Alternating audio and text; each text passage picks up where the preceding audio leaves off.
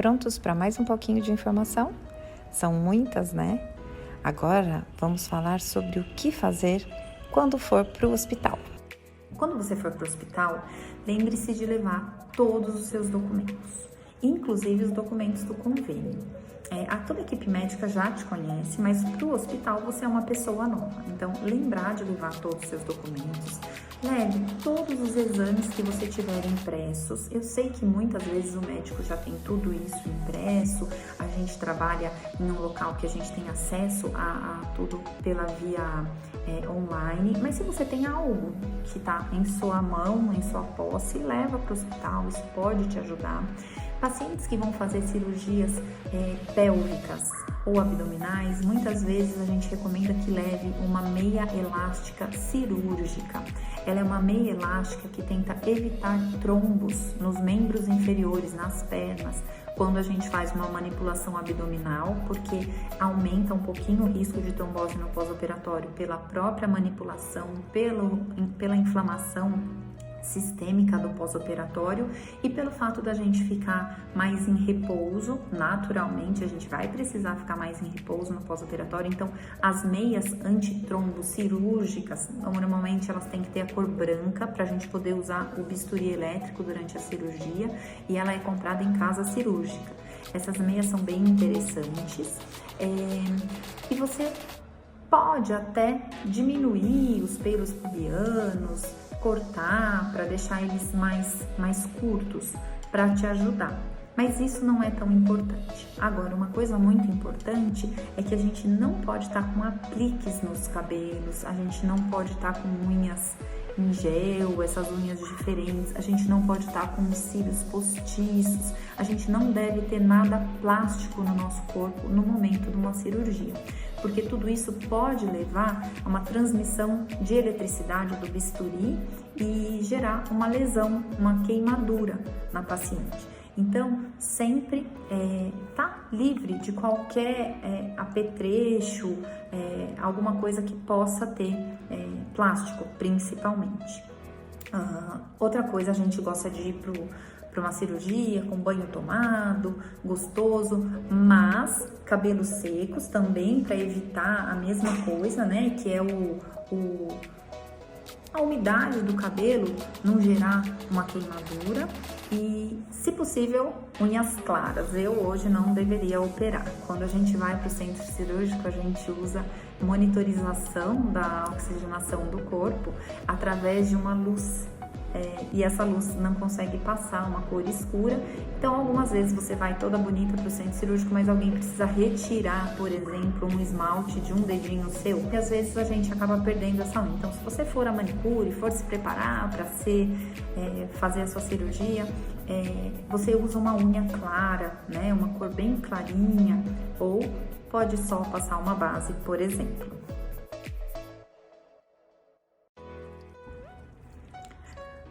Falando sobre a questão de acompanhante, né? Quase todos os hospitais vão solicitar que você tenha um acompanhante para sua internação e um acompanhante para a sua alta. Alguns hospitais fazem de forma diferente, vocês podem entrar em contato com o hospital onde vocês vão ser operados para ter certeza, mas a minha recomendação, se você vai passar por uma cirurgia e principalmente se você vai dormir no hospital, seria muito interessante que você tivesse um acompanhante com você. Por quê? Porque a gente já está num momento diferente da nossa vida, tem uma certa ansiedade, estamos num ambiente que é diferente do nosso e eu posso ter algum desconforto, não conhecer ao certo aonde pedir ajuda. Então, se você tem um acompanhante, o acompanhante é muito mais importante para o aconchego do paciente do que para qualquer outra função. Mas se você puder, peça sim para os seus filhos, para os familiares, para as amigas, para as vizinhas, para alguém poder te acompanhar. Isso é muito bom, é bom para você, é bom para a pessoa que te acompanha. Isso cria um círculo de companheirismo, de amizade, e essa pessoa com certeza vai se sentir mais livre para pedir sua ajuda no momento no futuro. Você vai poder retribuir o carinho dela em um outro momento, tá bom? se você quiser, você pode levar para o hospital a sua camisola. A gente recomenda normalmente camisola ao invés do pijama, porque se a gente precisar ter acesso a alguma cirurgia, no meu caso, cirurgia vaginal, as minhas cicatrizes são vaginais, então é muito mais fácil eu ter acesso à minha cirurgia quando o paciente usa uma camisola e não um pijama com calças, por exemplo. E você pode levar seu shampoo, seu creme, pasta de dente, todos os objetos de uso pessoal. Muitos dos hospitais vão te oferecer kits de internação. Mas se você quiser, leva o seu. Chegou lá, tem um kit gostoso que você se sente mais à vontade de usar? Guarda o seu, leva para casa e depois, quando você estiver liberado para uma viagem, você usa o seu kit que você fez para o hospital, tá bom? Importante, não dá para voltar de uma cirurgia, na grande maioria das vezes, de transporte público. Então, se prepare para que alguém vá te buscar ou contrate um Uber, um táxi. Você não deve normalmente voltar, na maioria dos casos, né? Nas nossas cirurgias uroginecológicas, você não vai ser provavelmente autorizada a voltar dirigindo seu próprio carro, tá bom? E nem voltar de transporte público. O que pode fazer com que a cirurgia seja cancelada no pré-operatório? Bom, qualquer sinal de que você não está na melhor condição de saúde possível é um motivo para a gente cancelar. Cirurgias de emergência, cirurgias de urgência, elas vão ser realizadas independente da dificuldade do momento. Mas cirurgias eletivas, como nós chamamos, que são as cirurgias que são programadas, que visam a melhora da saúde da paciente, elas devem ser feitas no melhor momento possível. Então, se você está com tosse, se você está com febre, se você está com dor ou mau cheiro na urina, se você está com secreção vaginal com mau cheiro, secreção nasal, catarro, infecções de pele, uma erisipela, um furúnculo infectado, você está com infecção dentária, está tomando um antibiótico, acabou de passar por uma cirurgia dentária, se você está tendo diarreia, tudo isso pode ser um fator de pior prognóstico para sua recuperação. Talvez seja melhor você contatar a sua equipe e a gente fazer o reagendamento para o melhor momento. E no intraoperatório, né? O que é o esperado? O esperado é que você tenha ao menos o seu cirurgião, um auxiliar, talvez um segundo auxiliar ou talvez um instrumentador e toda a equipe anestésica, né, de anestesistas que vai te recepcionar. Essa equipe vai te acompanhar no intraoperatório, no pós-operatório imediato e a sua equipe sua equipe de cirurgia mesmo, seu ginecologista, ele vai te acompanhar no pós-operatório, inclusive no pós-operatório tardio. A grande maioria das cirurgias que são feitas, no meu caso, pela via vaginal, elas são feitas com raquianestesia. Aquela anestesia raquidiana, onde a gente coloca o anestésico na coluna da paciente. A vantagem dessa anestesia é que ela consegue fazer uma ótima anestesia e com controle da dor da cintura para baixo, que é a região onde a gente opera. Mas as nossas cirurgias podem ser feitas com qualquer tipo de anestesia, inclusive anestesia geral, não há contraindicação. Agora, outras anestesias que são, outras cirurgias, que são cirurgias mais altas, como a gente fala, né? Por exemplo, uma laparoscopia, ela não pode ser feita com a anestesia, a RAC, como a gente costuma falar. Ela já vai precisar de uma anestesia que possa pegar mais alto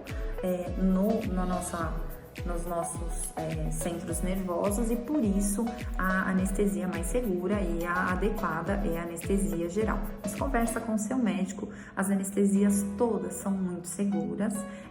Hoje em dia nós usamos a anestesia RAC com uma agulha bem fininha, que não costuma dar a cefaleia pós-RAC ou a dor de cabeça pós-anestesia.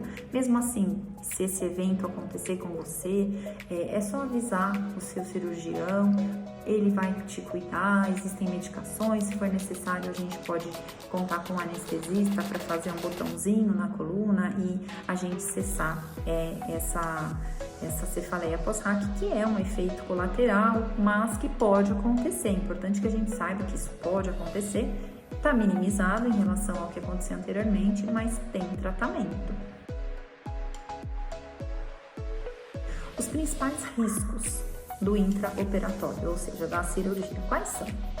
Se nós vamos fazer uma cirurgia, nós vamos cortar a pele. Então, risco de hemorragia, isso é um risco real, né? A gente pode ter um risco desse processo inflamatório intenso, dessa alteração do equilíbrio hemodinâmico dos líquidos do sangue, do corpo, do batimento cardíaco, da respiração, fazer uma pequena descompensação clínica, mas enquanto você estiver no intraoperatório, você vai estar com 3, 4 médicos ali ao seu lado, então a gente sempre vai te dar suporte, né?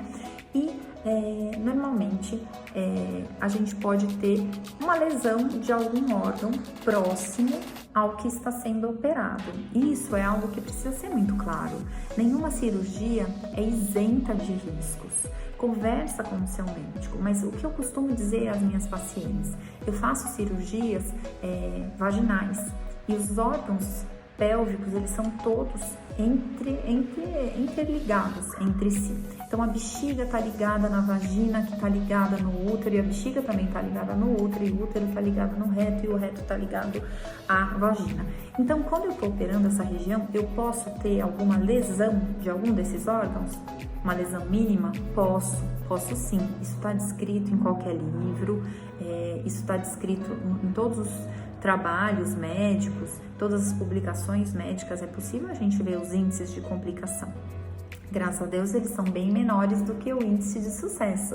Então, a gente vai focar no sucesso, mas sempre cientes de quais são as possíveis complicações da nossa cirurgia, porque o que é mais importante entre médico e paciente é a gente ter a certeza de que a gente está compreendendo, está aceitando e está fazendo uma parceria, inclusive sobre os riscos. Não só sobre a chance de cura, mas também sobre os riscos e como lidar com esses pequenas intercorrências que podem acontecer. No pós-operatório, o mais comum no pós-operatório imediato são a dor, náuseas, vômitos, talvez um pouco de dificuldade para urinar, dificuldade para soltar gases, dificuldade para evacuar. Tudo isso por causa das medicações pós-operatórias. E para todos esses desconfortos, a gente tem como agir. Então, existem medicações, a gente vai pedir para paciente que tenha a possibilidade de fazer uma deambulação, ou seja, caminhar precocemente no pós-operatório, que é para retornar a movimentação do corpo, dos órgãos internos, inclusive. A gente vai ajudar com alimentação, mas tudo isso sempre numa conversa entre o cirurgião e o seu paciente. No pós-operatório recente, né, mas já em casa, os principais riscos são um sangramento, que pode acontecer às vezes quando a gente estava com sangue acumulado e por uma mobilidade ele saiu de uma vez e gerou aquele sangramento mais intenso, mas que para espontaneamente. A gente pode ter até um sangramento mais frequente, que pode ser de uma soltura, de uma ligadura, algum vasinho que estava coagulado, mas perdeu o tampão do coágulo e está sangrando, e a gente pode ter infecções. Quando nós quebramos a barreira, né, da pele, através da cirurgia mesmo, com o corte, a gente tem uma porta de entrada para que as bactérias que vivem no nosso corpo talvez gerem uma infecção. Mas na maioria das vezes isso vai muito bem, a gente não tem esse tipo de complicação, mas é possível e é importante que a gente saiba, porque se eu reconhecer algum desses sintomas, eu entro em contato com o meu cirurgião, ele vai me ver ou ele vai pedir para eu ir num hospital de retaguarda, num pronto atendimento, onde ele vai conversar com um colega que é apto para avaliar o seu corpo, e aí, precisando de algum tratamento, a gente já vai começar com esse tratamento rapidamente para evitar que esse desconforto fique maior ou traga alguma complicação para você.